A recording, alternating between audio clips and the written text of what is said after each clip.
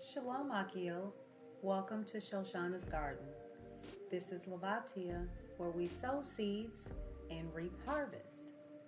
Today, I will be reading to you the History of Shoshannah, also called Shoshannah. I pray that this ministers to your heart and that you enjoy. Chapter 1, verse 1. There dwelt a man in Babel called Jehoiakim, and he took a wife whose name was Shoshannah, the daughter of Kilquiahu, a very fair woman and one that feared Yahweh. Her parents also were righteous and taught their daughter according to the Torah of Moshe. Now Jehoiakim was a great rich man, and had a fair garden joining unto his house. And to him resorted the Yehudim, because he was more honorable than all others. The same year were appointed two of the ancient of the people to be judges, such as Yahweh spake of. That wickedness came from Babel, from ancient judges, who seemed to govern the people. These kept much at Jehoiakim's house, and all that had any suits in law came unto them. Now when the people departed away at noon, Shoshannah went into her husband's garden to walk. And the two elders saw her going in every day and walking, so that their lust was inflamed towards her. And they perverted their own mind, and turned away their eyes, that they might not look unto heaven, nor remember just judgments. And albeit they both were wounded with her love, yet durst not one show another his grief. For they was ashamed to declare their lust, that they desired to have to do with her. Yet they watched diligently from day to day to see her. And the one said to the other, Let us now go home, for it is dinner time. So when they were gone out, they parted the one from the other, and turning back again, they came to the same place. And after that, they had asked one another the cause. They acknowledged their lust. Then appointed they a time both together, when they might find her alone. And it fell out, as they watched a fit time, she went in as before, with two maids only, and she was desirous to wash herself in the garden, for it was hot. And there was nobody there, save the two elders that had hid themselves and watched her. Then she said to her maids, Bring me oil and washing balls, and shut the garden's doors, that I may wash me. And they did as she bade them, and shut the garden doors, and went out themselves at privy doors to fetch the things that she had commanded them. But they saw not the elders, because they were hid. Now when the maids were gone forth, the two elders rose up and ran unto her, saying, Behold, the garden doors are shut, that no man can see us, and we are in love with thee. Therefore consent unto us, and lie with us. If thou wilt not, we will bear witness against thee that a young man was with thee, and therefore thou didst send away thy maids from thee. Then Shoshannah sighed and said, I am straitened on every side. For if I do this thing, it is death unto me. And if I do it not, I cannot escape your hands. It is better for me to fall into your hands and not do it, than to sin in the sight of Yahweh. With that, Shoshannah cried with a loud voice, and the two elders cried out against her. Then ran the one and opened the garden door. So when the servants of the house heard the cry in the garden, they rushed in at the privy door to see what was done unto her. But when the elders had declared their matter, the servants were greatly ashamed, for there was never such a report made of Shoshannah.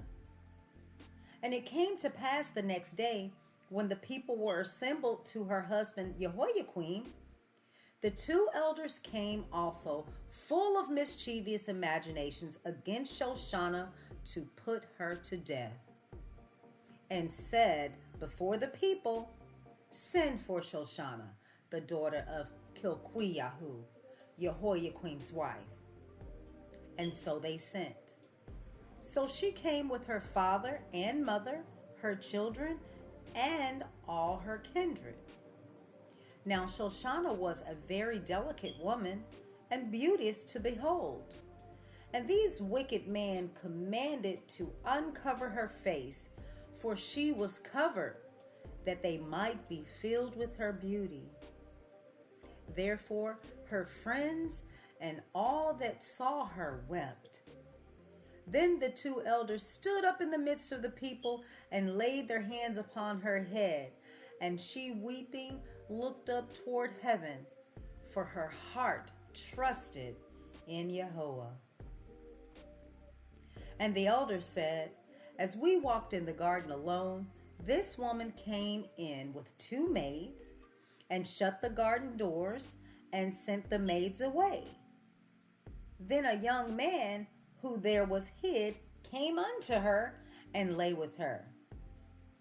Then we that stood in a corner of the garden, seeing this wickedness, ran unto them.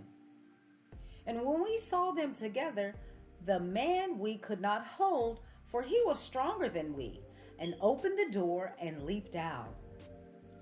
But having taken this woman, we asked who the young man was, but she would not tell us. These things do we testify. Then the assembly believed them as those that were the elders and judges of the people. So they condemned her to death. Then Shoshannah cried out with a loud voice and said, O everlasting Elohim, that knowest the secrets and knowest all things before they be. Thou knowest that they have borne false witness against me, and behold, I must die.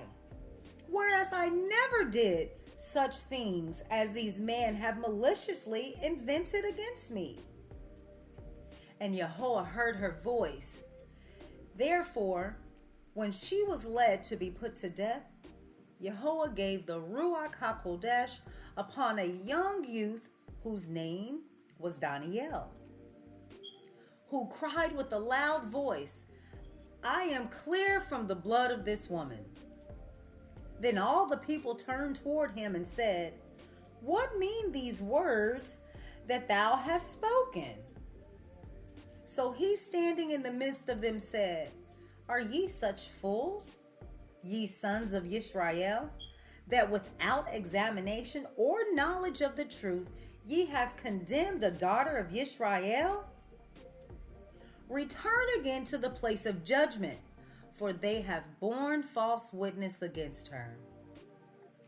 Wherefore all the people turned again in haste, and the elder said unto him, Come, sit down among us, and shew it us, seeing Elohim hath given thee the honor of an elder. Then said Daniel unto them, Put these two aside, one from another, and I will examine them. So when they were put asunder, one from another, he called one of them, and said unto him, O thou that art waxen old in wickedness, now thy sins which thou hast committed aforetime are come to light. For thou hast pronounced false judgment, and hast condemned the innocent, and hast let the guilty go free. Albeit Yahweh said, The innocent and righteous shalt thou not slay. Now then, if thou hast seen her, tell me, Under what tree sawest thou them companying together? Who answered, Under a mastic tree. And Daniel said, Very well, thou hast lied against thine own head, for even now the angel of Elohim hath received the sentence of Elohim to cut thee in two. So he put him aside and commanded to bring the other, and said unto him, O thou seed of Canaan, and not of Yehudim, beauty hath deceived thee, and lust hath perverted thine heart. Thus have ye dealt with the daughters of Israel, and they for fear companied with you. But the daughter of Yehudah would not abide your wickedness. Now therefore tell me, under what tree didst thou take them companying together? Who answered, Under a home tree. Then said Daniel unto him, Well, thou hast also lied against thine own head, for the angel of Yahweh waiteth with the sword to cut thee in two, that he may destroy you. With that all, the assembly cried out with a loud voice and praised Elohim, who saveth them that trust in him. And they arose against the two elders, for Daniel had convicted them of false witness by their own mouth. And according to the Torah of Moshe, they did unto them in such sort as they maliciously intended to do to their neighbor. And they put them to death. Thus the innocent blood was saved the same day. Therefore Kilquiyahu and his wife praised Elohim for their daughter Shoshannah, with Jehoiakim her husband, and all the kindred, because there was no dishonesty found in her. From that day forth was Daniel had in great reputation in the sight of the people. Well, Akiot, that's all that we have for the reading for today. I pray that this strengthens someone who's going through a similar situation to know that if Yah be for you, who can be against you? Shalom, we'ahava, we'samiach, bishvil atem. Until next time, Shabbat Shalom.